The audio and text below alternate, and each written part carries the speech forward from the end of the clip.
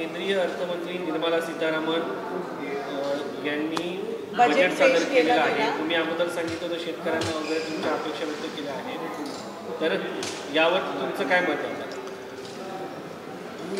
या बजेटमध्ये आपण पाहिलं की महाराष्ट्राच्या तोंडाला पानं पुसलेला हा बजेट आपण पाहिलेला आहे। 56 इंचीचा सीना या बजेटमध्ये पाहायला मिळालेला नाही।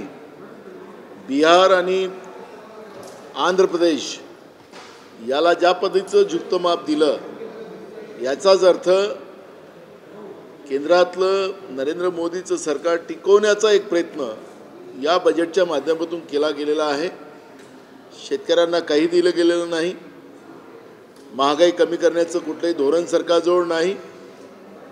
आपण पाहिलं की झपाट्यानं जवळपास 1000च्या वर शेअर्स मोठ्या प्रमाणात पानासारखे खाली पडलेले आहेत आणि त्याच्यामुळे देशाचं एवढं वाईट बजेट हे पहिल्यांदा देशातील लोक बघताना आपण पाहतो आहे। महाराष्ट्रासाठी ज्या काही आम्ही मागण्या केलेल्या होत्या, महाराष्ट्राला कुठलंही काही दिलेलं नाही। हे बजेटमध्ये महाराष्ट्र विरोधी धोरण नरेंद्र मोदीच्या केंद्राच्या सरकारने केलेलं आहे असं चित्र आपण पाहतो आहे आणि म्हणून या बजेटचा आम्ही विरोध करतो आहे। महाराष्ट्र हे सगळ्यात जास्त महसूल देणारं राज्य आहे। या बजेटमधून आम्हाला महाराष्ट्राच्या जनतेला अपेक्षा होत्या की भरपूर काही आपल्याला महाराष्ट्रात मिळेल, पण राज्यातलं मग एकनाथ शिंदे असतील, देवेंद्र फडणवीस असतील, अजित पवार असतील, यांची स्थिती केंद्र सरकारमध्ये काय आहे ते या बजेटच्या माध्यमातून पाहायला मिळालं। 2 इंजिनचं, 3 इंजिनचं, 4 इंजिनचं सरकार आज महाराष्ट्र आणि केंद्रामध्ये बनलेलं आहे।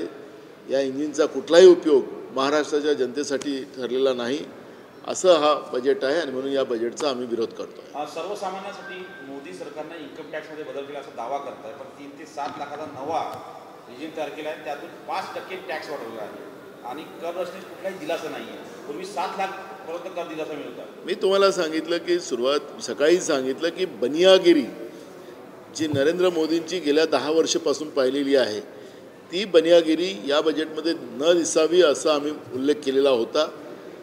आज आपण एकीकडे त्यांनी थोडंसं देण्याचं दाखवलं आहे, दुसऱ्या मार्गाने जास्त काढून घेण्याचं काम केलेलं आहे। ती बनियागिरी याही बजेटमध्ये आपल्याला पाहायला मिळते आणि म्हणून इन्कम टॅक्स रिबेट असेल, या सगळ्या, पण GSTच्या माध्यमातून ज्या पद्धतीनं एक लुटायची व्यवस्था जी निर्माण केलेली आहे ती ह्या बजेटमध्ये आपण पाहतो। एक असं देखील आरोप केला जातो आहे की महाराष्ट्रामध्ये निवडणुका होणार आहेत आणि निवडणुका झाल्यानंतर महाविकास आघाडीचं सरकार येणार आहे, त्यामुळं महाराष्ट्राला बजेटमध्ये प्रावधान करण्यात आलेलं। बघा, केंद्र सरकारचं महाराष्ट्राला नेहमी दुय्यम वागणी दिलेली आहे।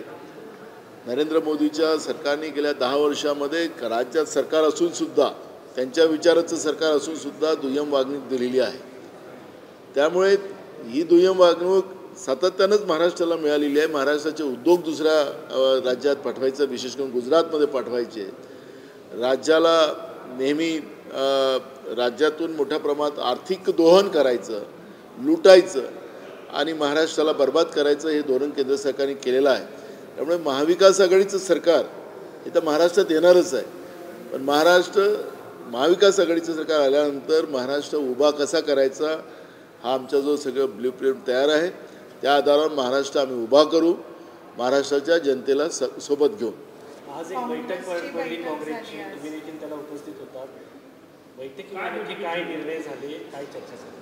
बघा, निवडणुका काही दिवसावर येऊन ठेपलेल्या विधानसभेच्या आहेत, त्याची पूर्वतयारी आज आमची केंद्रीय नेतृत्वाबरोबर झालेली आहे आणि आमचे पक्षाचे केंद्रीय महासंघटन सचिव आदरणीय KC वेणुगोपाल, आमचे प्रभारी चनिथलाजी आणि यांच्याशी चर्चा झाली। खरगे साहेब आमचे राष्ट्रीय अध्यक्ष, त्यांच्याबरोबर चर्चा झाली।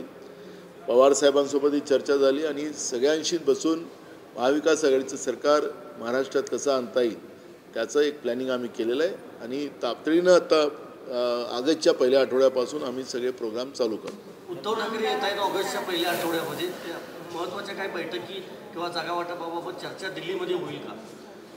नाही, टेंटेटिव्ह आता जागा वाटपाच्या बाबतच्या चर्चा खाली आमच्या राज्य पातळीवर होणार.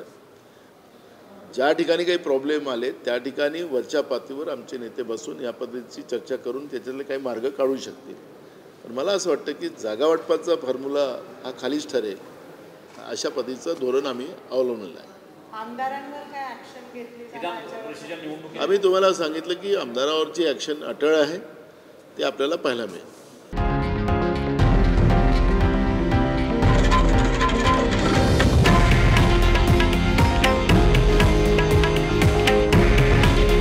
हे आहे देशातील नंबर 1 न्यूज नेटवर्क आणि आपण पाहत आहात TV9 मराठी. काळजी तुमची, हित महाराष्ट्राचं.